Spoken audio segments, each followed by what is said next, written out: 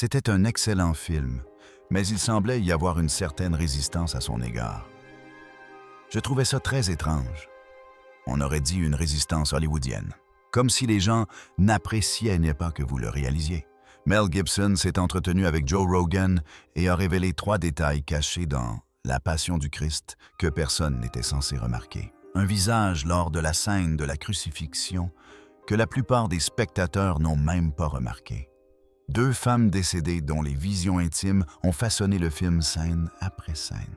Et une simple réplique en araméen qu'il a refusé de couper, même après que son propre frère l'ait supplié de la supprimer. Rogan est resté bouche bée. Son équipe de recherche s'est empressée de trouver des articles en plein milieu d'une phrase. Et à la fin, Rogan n'arrivait pas à croire ce que Gibson venait de dire à voix haute publiquement. L'histoire que Hollywood a enterrée. Vous êtes ailleurs. Vous êtes dans un autre monde. Tu sais, tu devrais aller en enfer. Tu devrais aller au Sheol. Le 9 janvier 2025. Mel Gibson est entré en studio pour l'épisode 2254 du podcast The Joe Rogan Experience. À sa sortie, la conversation était déjà devenue l'un des épisodes les plus commentés de l'année. Pour comprendre ce que Gibson a finalement déclaré cet après-midi-là, il faut remonter au moment où La Passion du Christ a failli être annulée avant même le tournage de sa première image. En 1996, Mel Gibson était au sommet de sa carrière. Braveheart venait de remporter les Oscars du meilleur film et du meilleur réalisateur. Il aurait pu entrer dans n'importe quel studio hollywoodien et donner son feu vert à presque tous les projets qu'il souhaitait, un film de guerre, une suite, une franchise, tout était possible. Il est arrivé avec un scénario relatant les 12 dernières heures de la vie de Jésus-Christ entièrement rédigé en araméen, en latin et en hébreu reconstitué. Aucune vedette anglophone de renom, pas de scène d'action conventionnelle, pas de stratégie marketing sans sous-titres, et un sujet si clivant que les studios ont refusé d'y être publiquement associés. Sept Grands Studios ont décliné le projet. La 20th Century Fox, qui avait un droit de premier regard sur le projet avec Icon, la société de Gibson, a publié un communiqué affirmant qu'elle ne participerait absolument pas. Columbia a refusé. MGM a refusé. Paramount a refusé. Universal a refusé. Disney a refusé. Warner Brothers a refusé. Gibson confie à Rogan que ce à quoi il s'était heurté n'était pas simplement une prudence commerciale. C'était quelque chose de bien plus grave. Il lui dit sans embâche qu'à Hollywood, le christianisme était la seule religion qu'il était encore permis de dénigrer. La même communauté qui défendait les autres religions à l'écran avait une réaction radicalement différente et hostile face à cette histoire. Rogan ne protesta pas. Il se contenta d'acquiescer. Gibson refusa de céder. Il avait financé Braveheart lui-même. Il savait parfaitement comment réaliser un film sans autorisation institutionnelle. Il signa donc un chèque de 30 millions de dollars pour couvrir les frais de production, puis un second de 15 millions pour le marketing et la distribution. Au total, 45 millions de dollars de sa poche. Sans aucune intervention d'un studio, sans aucune ingérence créative, sans le moindre filet de sécurité. Il engagea le professeur William Fulco de l'université Loyola Marymount pour traduire le scénario en araméen et en latin. Fulco y intégra délibérément quelques irrégularités de prononciation, car les personnages de l'histoire n'auraient pas parlé ces langues comme langue maternelle. Chaque décision créative a été prise sans qu'aucun cadre n'ait son mot à dire. Gibson a ensuite confié à Rogan quelque chose que la plupart des intervieweurs n'avaient jamais réussi à lui faire dire aussi clairement. Le film, a-t-il affirmé, n'a jamais porté sur les chefs juifs ni sur les soldats romains. Il s'agit de responsabilités individuelles. Chaque spectateur à chaque époque, chaque personne qui regarde le film. Et c'est là que réside le premier détail caché. Premier détail caché, les mains sur le marteau. On le remarque après avoir lu le livre plusieurs fois. Si vous l'avez lu plusieurs fois, vous comprendrez vite, c'est comme la résurrection du Christ. Revoyez la scène de la crucifixion. Regardez le moment où le marteau s'abat. Observez attentivement les mains qui enfoncent les clous de fer dans la chair. Ce ne sont pas les mains d'un acteur. Ce ne sont pas les mains d'une doublure. Ce sont les mains de Mel Gibson. Il s'est mis en scène. Il s'est délibérément désigné comme le bourreau. Dans la scène la plus importante du film, c'est le réalisateur lui-même qui tient le marteau. Et il ne l'a jamais mentionné lors de la tournée promotionnelle. Il n'en a jamais parlé dans un article. Il n'a jamais demandé à personne de le remarquer.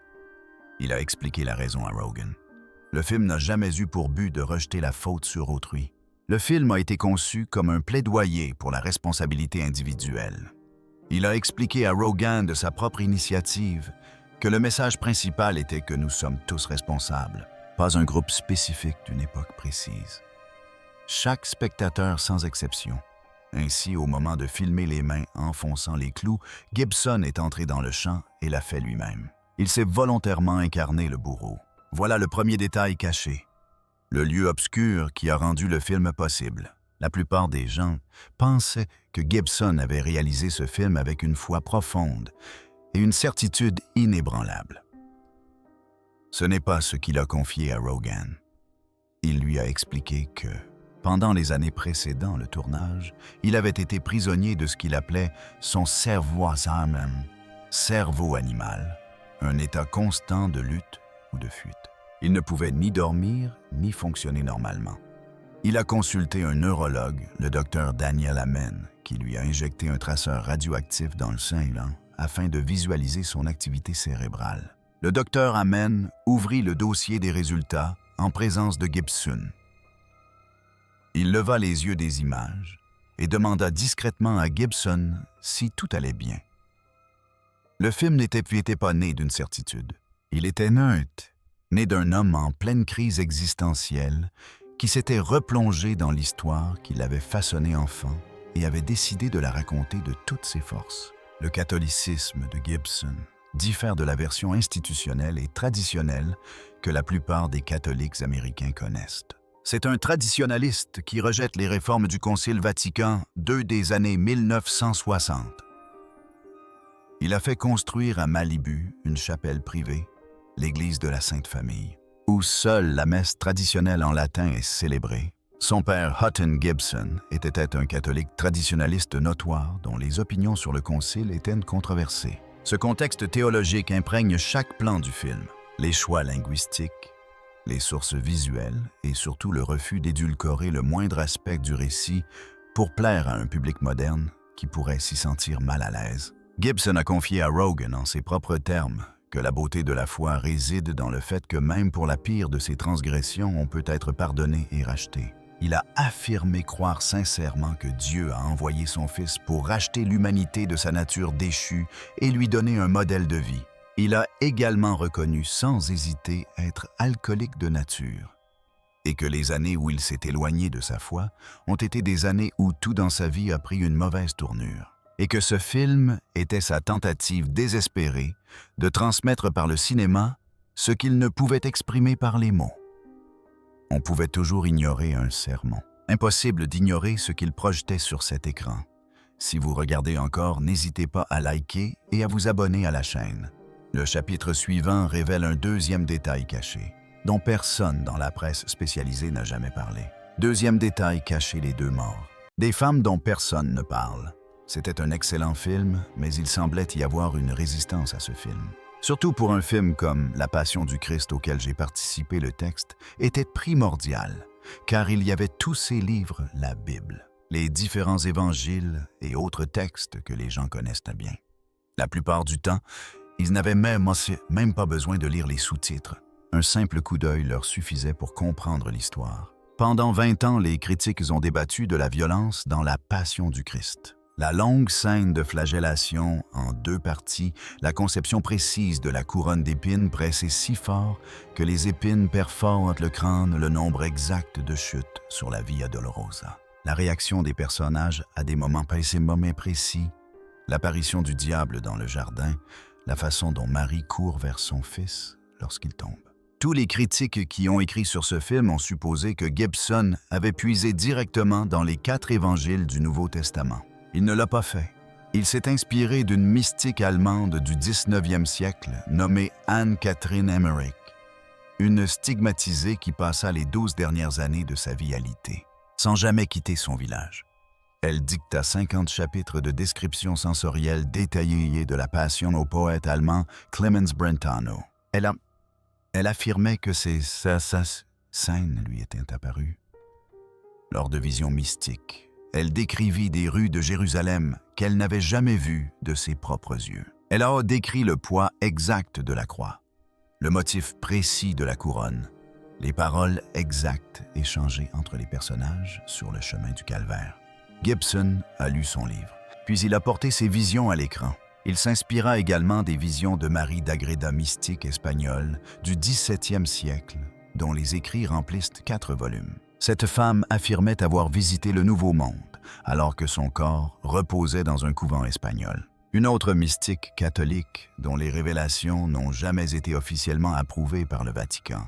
Gibson l'a confirmé à plusieurs reprises lors d'interviews étalées sur 2 décennies. Le film que les critiques ont accusé d'antisémitisme a en réalité été construit scène par scène à partir des révélations privées de 2 femmes catholiques décédées. Le scénario du film religieux le plus scruté du 21e siècle ne s'inspire pas des écritures canoniques, mais des visions mystiques de 2 femmes dont l'Église elle-même n'a jamais reconnu officiellement les témoignages. Voilà ce qui se cache au cœur de la passion du Christ. Voilà le 2e détail caché. 3e détail caché, la ligne. Gibson a refusé de couper. La polémique qui a failli faire capoter la passion du Christ avant même sa sortie en salle s'est résumée à une simple réplique en araméen. Cette réplique tirée de Matthieu 27 dit « Que son sang retombe sur nos enfants et sur nous. » Dans le scénario, Gibson l'avait incluse. Dans le montage provisoire, elle était toujours là.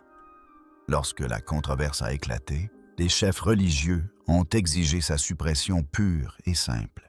Les distributeurs lui ont conseillé de la couper. Son propre frère le lui a également conseillé. Gibson confie à un journaliste que s'il incluait ce passage dans les sous-titres anglais, on viendrait le tuer. Il prit donc une décision qui passa presque inaperçue à l'époque. Il supprima le sous-titre, mais pas la réplique. La version araméenne de ce passage précis de Matthieu 27 figure toujours dans la copie de la Passion du Christ sortie en salle. Le chercheur Geza Vermes a confirmé publiquement que les mots figurent toujours dans l'enregistrement audio. Seule la traduction anglaise a été supprimée. La phrase est audible pour quiconque comprend l'araméen. Elle est muette pour tous les autres. Gibson n'a jamais vraiment expliqué son choix. Il a confié à son frère qu'il avait d'abord prévu de le supprimer complètement. Puis, il l'a conservé. Invisible non traduit, mais présent. Intégré au film de manière à être invisible pour tous, à moins de savoir précisément quoi écouter, voici le 3e détail caché, le suaire les apôtres et la dispute qui a réduit Rogan au silence. C'est cet échange qui a le plus marqué les esprits lors de l'épisode avec Rogan. Il ne s'agissait pas de réalisation, mais de preuve. Gibson a déclaré à Rogan qu'il considérait les évangiles comme un récit historique vérifiable et non comme une mythologie, et qu'il était devenu préparé à étayer son argumentation. Il a notamment cité Tacite, l'historien romain, qui a confirmé l'exécution de Jésus sous Ponce Pilate. Il a cité Flavius Joseph, l'historien juif dont les références à Jésus ont été authentifiées par des spécialistes de diverses disciplines. Puis il a évoqué les apôtres et a développé son argumentation lentement, posément. Chacun de ces hommes, à l'exception de John, a préféré la mort plutôt que de nier ce qu'il prétendait avoir vu. On ment pour se sauver. Personne ne meurt pour quelque chose qu'il sait faux. Rogan ne répondit pas. Il ne répliqua pas. Il resta silencieux. Puis Gibson évoqua le suaire de Turin, ce linge de lin de plus de 4 mètres de long conservé à Turin, portant l'image d'un homme crucifié. Des marques de brûlure datant d'un incendie de 1532. Des taches de sang compatibles avec des blessures de flagellation et l'image floue et inexpliquée d'un visage qu'aucun scientifique n'a jamais réussi à reproduire fidèlement. Il confia à Rogan qu'un archéologue qu'il connaissait personnellement, celui-là même, qui avait traduit le texte de la Passion en araméen, avait trouvé sur le suaire des marques compatibles avec la présence d'une pièce de monnaie de Tibère, placée sur les yeux, une pratique funéraire juive attestée au 1er siècle. Si l'authenticité de la pièce était confirmée, elle permettrait de dater le linceul au 1er siècle, et non au Moyen Âge, ni de le considérer comme un faux médiéval. L'équipe de recherche de Rogan s'est mobilisée. En quelques secondes, ils ont trouvé 2 articles publiés au cours des 6 derniers mois, aboutissant à des conclusions opposées quant à l'âge du suaire. Rogan les a lus à haute voix et Gibson les a utilisés tels quels. La question reste ouverte. La datation au carbone 14 de 1988, qui avait écarté l'authenticité médiévale du suaire, a été compliquée par des analyses ultérieures, montrant que les fibres testées provenaient d'une réparation postérieure et non du tissu original. Gibson ne présente pas le suaire comme une preuve. Il le présente comme un élément de données vérifiable parmi d'autres, dans le cadre d'une argumentation plus large, selon laquelle les affirmations historiques du christianisme n'ont pas été réfutées, mais seulement ignorées. Cette distinction est importante dans un podcast où Rogan a passé des années à mettre les gens face à ce genre de manipulation intellectuelle. Gibson a présenté son argument sans détour. Il n'a pas dit espérer que ce soit vrai. Il a dit avoir examiné les preuves et les avoir trouvées convaincantes. Rogan n'a pas protesté. Rogan n'a pas interrompu. Il s'est contenté d'acquiescer, de baisser les yeux et de laisser Gibson terminer. Pour un homme qualifié de fanatique religieux par la critique traditionnelle depuis plus de 20 ans, la précision avec laquelle il a exposé son point de vue dans un contexte non religieux a marqué le moment où la conversation a cessé de porter sur un film. Ce que Jim Caviezel a réellement vécu. Lorsque Gibson a appelé Jim Caviezel pour lui proposer le rôle, Caviezel a fait remarquer que ses initiales étaient GC et qu'il avait 33 ans. Gibson lui a dit qu'il l'inquiétait et a raccroché. Avant que Caviezel n'accepte le rôle, Gibson l'avertit sans détour. « Tu ne travailleras plus jamais dans cette ville. » Caviezel accepta malgré tout, Ce qui suivit fut la performance la plus éprouvante physiquement de l'histoire du cinéma américain. Non pas en termes de récompense, mais en termes de sacrifice pour l'acteur. Il se déboîta l'épaule gauche en portant la croix, qui pesait plus de 70 kilos. Lors de la scène de la flagellation, il fut accidentellement frappé 2 fois par un véritable fouet, l'acteur derrière lui ayant manqué le poteau dissimulé. Le second coup lui laissa une cicatrice de 35 cm dans le dos qu'il porte encore aujourd'hui. Il a passé des mois quasiment nu dans l'hiver italien, par moins 4 degrés Celsius et des vents de 50 km/h. Il a souffert d'hypothermie, d'une infection pulmonaire et d'une pneumonie. La prothèse oculaire qui lui recouvrait un œil censé simuler un œdème a altéré sa perception de la profondeur et lui a causé des migraines pendant toute la durée du tournage. Il a perdu 20 kg, puis ce fut le drame. Lors de la toute dernière prise du film, Caviezel a été frappé par la foudre. Il a décrit les 4 secondes précédant l'impact comme un silence soudain et glaçant. Un silence qui n'existe pas dans la nature. Il a ensuite déclaré « C'était comme si on m'avait giflé les 2 oreilles en même temps. » Il a vu des parasites roses. Les personnes autour de lui se sont mises à crier. Le producteur Steve McEvity a rapporté avoir vu de la fumée sortir des oreilles de Caviezel. L'assistant réalisateur John Michelini a été touché quelques secondes plus tard, à quelques mètres de là. C'était la 2e fois que Michelini était frappé par la foudre sur ce même tournage. En 2023, Caviezel a confirmé publiquement un fait qu'il n'avait jamais révélé auparavant. Après avoir été foudroyé, il est décédé brièvement à l'hôpital avant d'être réanimé. Le tournage a également nécessité 2 interventions chirurgicales cardiaques, dont l'une à cœur ouvert. Il en parlait calmement, sans emphase, comme si c'était un simple incident de la vie. Et 20 ans plus tard, il cherchait encore à le comprendre. L'avertissement de Gibson s'avéra juste. Caviezel se retrouva incapable d'obtenir des rôles importants à Hollywood. Il fut mis sur liste noire. Ses agents le lâchèrent. Son avocat le lâcha à cause d'un projet ultérieur à caractère religieux. L'homme qui avait porté à bout de bras le film ayant rapporté plus d'argent que presque aucune production indépendante d'eux. L'histoire fut de facto écartée de l'industrie qui avait refusé de le financer et qui l'avait ensuite vu devenir un phénomène. Les conversions et les guérisons sur le plateau. L'acteur italien qui incarnait Judas Iscariote est arrivé sur le plateau en se décrivant lui-même comme un athée convaincu. Luca Lionello, quant à lui, l'a quitté catholique. Il a fait sa première confession. Il a fait bénir son mariage à l'Église. Il a fait baptiser ses enfants. Il en a parlé publiquement à plusieurs reprises dans des interviews au cours des années suivantes. Un membre musulman de l'équipe qui jouait l'un des gardes lors des scènes de passage à tabac s'est également converti avant la fin du tournage, un détail que Caviezel lui-même a confirmé. Le père John Bartunek, le conseiller théologique sur le plateau, a décrit une production où chacun se sentait à l'aise de parler ouvertement de sa foi, chose qui était tout simplement impossible sur un plateau de cinéma. Maya Morgenstern, l'actrice juive roumaine qui interprétait Marguerite Mary, était secrètement enceinte pendant le tournage. Elle n'en a rien dit à la production. Une femme juive enceinte, jouant une mère juive, assistant à la mort de son fils, au cœur d'une histoire où la vie renaît de la mort. Une symétrie que l'équipe n'a pleinement saisie qu'après en avoir pris connaissance. Gibson a également raconté à Rogan l'histoire d'une jeune fille atteinte d'une forme grave d'épilepsie, présente lors du tournage qui n'a pas eu une seule crise pendant un mois entier. D'autres témoignages de personnes ayant recouvré leurs facultés sont parvenus à la production. Gibson n'a présenté aucun de ces faits comme une preuve de miracle.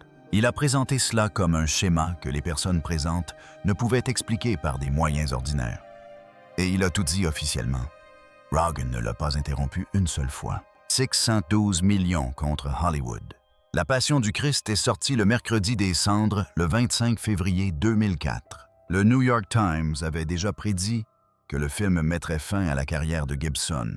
Le jour de sa sortie, le film a rapporté 26 millions de dollars, soit la quasi-totalité de son budget de production en seulement 24 heures. À la fin de la première semaine, il avait dépassé les 125 millions de dollars. À la fin du premier mois, il avait franchi la barre des 200 millions. Le New York Times publia par la suite un article reconnaissant que le film avait révélé à l'industrie un public dont l'existence était insoupçonnée. Le film rapporta finalement 612 millions de dollars dans le monde, pour un budget de production de 30 millions. L'accord de distribution de Gibson avec Newmarket Films prévoyait un partage des bénéfices à parts égales. Sa part du box-office s'éleva à elle seule à environ 150 millions de dollars. Les ventes de DVD et de vidéos ajoutaient entre 75 millions de dollars, en incluant les revenus de licence, du recycle de produits de produits dérivés et de streaming continu. Les gains personnels de Gibson, pour un film que tous les studios avaient refusé, ont été estimés entre 400 et 475 millions de dollars. Il s'agit du plus gros cachet individuel jamais versé pour un seul film dans l'histoire d'Hollywood. Roger Ebert lui a attribué 4 étoiles. Il a écrit qu'il n'avait jamais saisi toute la profondeur des souffrances relatées dans les évangiles avant de voir ce film. Il l'a qualifié de film le plus violent et le plus intense qu'il ait jamais vu. Il ne s'agissait pas d'une critique, mais d'un hommage à la performance de Gibson. Les studios qui avaient refusé le projet n'ont pas commandé d'autres films du même genre. Ils ont discrètement développé des productions religieuses à plus petit budget destinées à capter une partie du public que Gibson avait exposé, sans pour autant prendre le même risque ni avoir la même conviction. Aucun de ces projets n'a rencontré le succès escompté. La polémique précédant la sortie du film, orchestrée en grande partie par la diffusion prématurée d'un scénario divulgué à des chefs religieux qui n'avaient même pas encore vu le film final, visait à saboter le projet avant même sa sortie. Ce fut un échec. Gibson a confié à Rogan que la violence n'était pas là pour choquer, mais pour rendre impossible toute intellectualisation du propos théologique. Le christianisme ne prétend pas à la rédemption en termes abstraits. Il l'exprime à travers le langage concret et physique de la souffrance. Toute représentation qui atténuait cette souffrance était, de l'avis de Gibson, une trahison du message véritable du récit. Il a réalisé ce film pour une époque devenue insensible aux images religieuses rassurantes. Le seul registre auquel il était impossible de détourner le regard était celui qu'il avait choisi. Sa maison brûlait pendant qu'il parlait. Mel Gibson était invité sur Fox News Primetime après avoir perdu sa maison dans les incendies en Californie. Et puis face à des événements comme celui-ci, on se demande est-ce intentionnel, ce qui est une idée complètement folle. Alors que Gibson était assis dans le studio de Joe Rogan, le 9 janvier 2025, sa maison de Pacific Palisades était en flammes. Les incendies de forêt de Los Angeles avaient atteint son quartier. Sa compagne et son jeune fils avaient été évacués sains et saufs. Gibson l'a appris pendant l'enregistrement. Il a continué à parler. Il n'a pas réagi devant la caméra. L'équipe de Rogan n'a appris l'incendie qu'après la diffusion de l'épisode. À ce moment-là, les images étaient publiques et Gibson était rentré chez lui sans rien trouver. Il n'en a pas parlé dans le podcast. Il n'a pas interrompu la conversation. Il n'a pas demandé de pause. Il a terminé l'enregistrement. Il a parlé de la scène de la crucifixion. Il a parlé des apôtres. Il a parlé du linceul. Il a parlé de la suite. Et pendant ces 3 heures, sa maison dans les Palisades a été réduite en cendres. Un homme qui parlait de sacrifice et du prix à payer pour créer quelque chose d'important, tandis que sa propre maison brûlait pendant qu'il parlait. Ce n'était pas mis en scène. Ce n'était pas prévu. Ce n'était pas un élément dramatique de l'épisode. C'est simplement ce qui s'est passé. La suite que Gibson a qualifiée de trip sous acide. Gibson a intitulé la suite « La résurrection du Christ ». Il a confié à Rogan que le scénario était terminé et que l'écriture en collaboration avec son frère est Randall Wallace. Le scénariste de Braveheart avait nécessité plus de 7 ans de travail. Lorsque Rogan lui a demandé de décrire l'expérience, Gibson a utilisé 2 mots, un trip sous acide. Il a affirmé n'avoir jamais rien vécu de tel de toute sa carrière. Ni dans Braveheart, ni dans Apocalypto, ni dans aucun film qu'il ait réalisé, produit ou vu tenté par un autre cinéaste. Puis, il employa le mot « ambitieux », d'une manière qui le faisait passer d'un discours promotionnel à un véritable avertissement. Il n'était pas certain de pouvoir y parvenir. Cet aveu, de la part d'un homme qui avait déjà réussi l'impossible sur le plan commercial, coupa court à la phrase de Rogan. Le film ne s'ouvre pas sur le tombeau vide. Il débute avec la chute des anges, avant la création, avant le jardin d'Éden, avant même l'existence de l'humanité. Le récit nous emmène en enfer dans le royaume que Gibson décrit en utilisant le terme hébreu Sheol, le monde souterrain des morts tel qu'il est compris dans la tradition dont il s'inspire. Non pas l'enfer des dessins animés modernes faits de feu et de fourches, mais le concept hébreu antique du lieu où les morts attendent. Ce récit s'étend selon ses propres termes. De la chute des anges à la mort du dernier apôtre, Gibson a confié à Rogan que c'est l'histoire qu'il tente de raconter depuis 20 ans et que le premier film n'en était que la première partie. Lionsgate a confirmé en mai 2025 qu'elle coproduirait et distribuerait le film en Amérique du Nord. Sony Pictures, sous l'égide de Columbia, assurera la distribution internationale. Jim Caviezel, l'acteur qui a brièvement perdu la vie lors du premier tournage et qui a depuis subi 2 opérations à cœur ouvert, reprendra le rôle de Jésus. Des effets de rajeunissement seront utilisés pour garantir la continuité entre les 2 films.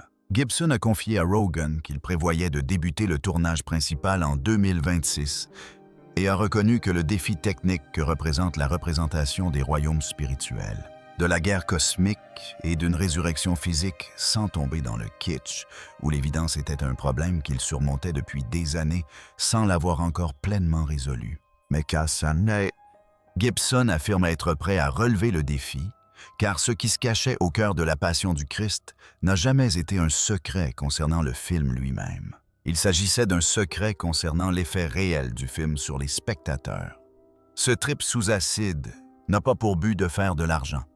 Il existe parce que Gibson a décidé, il y a plus de 20 ans, qu'il avait quelque chose à dire sur la signification de cette histoire et il n'a pas encore fini de le dire. Alors, voici la question. La Passion du Christ était-elle vraiment un film? Ou était-ce quelque chose de plus proche de ce que Gibson laissait entendre dans ce podcast? Un débat déguisé en film présenté à un public dont Hollywood ignorait l'existence. Dites-moi en commentaire ce que vous pensez que Gibson cherchait vraiment à faire lors de cet épisode de Rogan. Et si cette histoire vous a intrigué, restez avec nous. Les vidéos qui apparaissent en ce moment même révèlent des choses que personne dans ce milieu ne veut voir divulguer.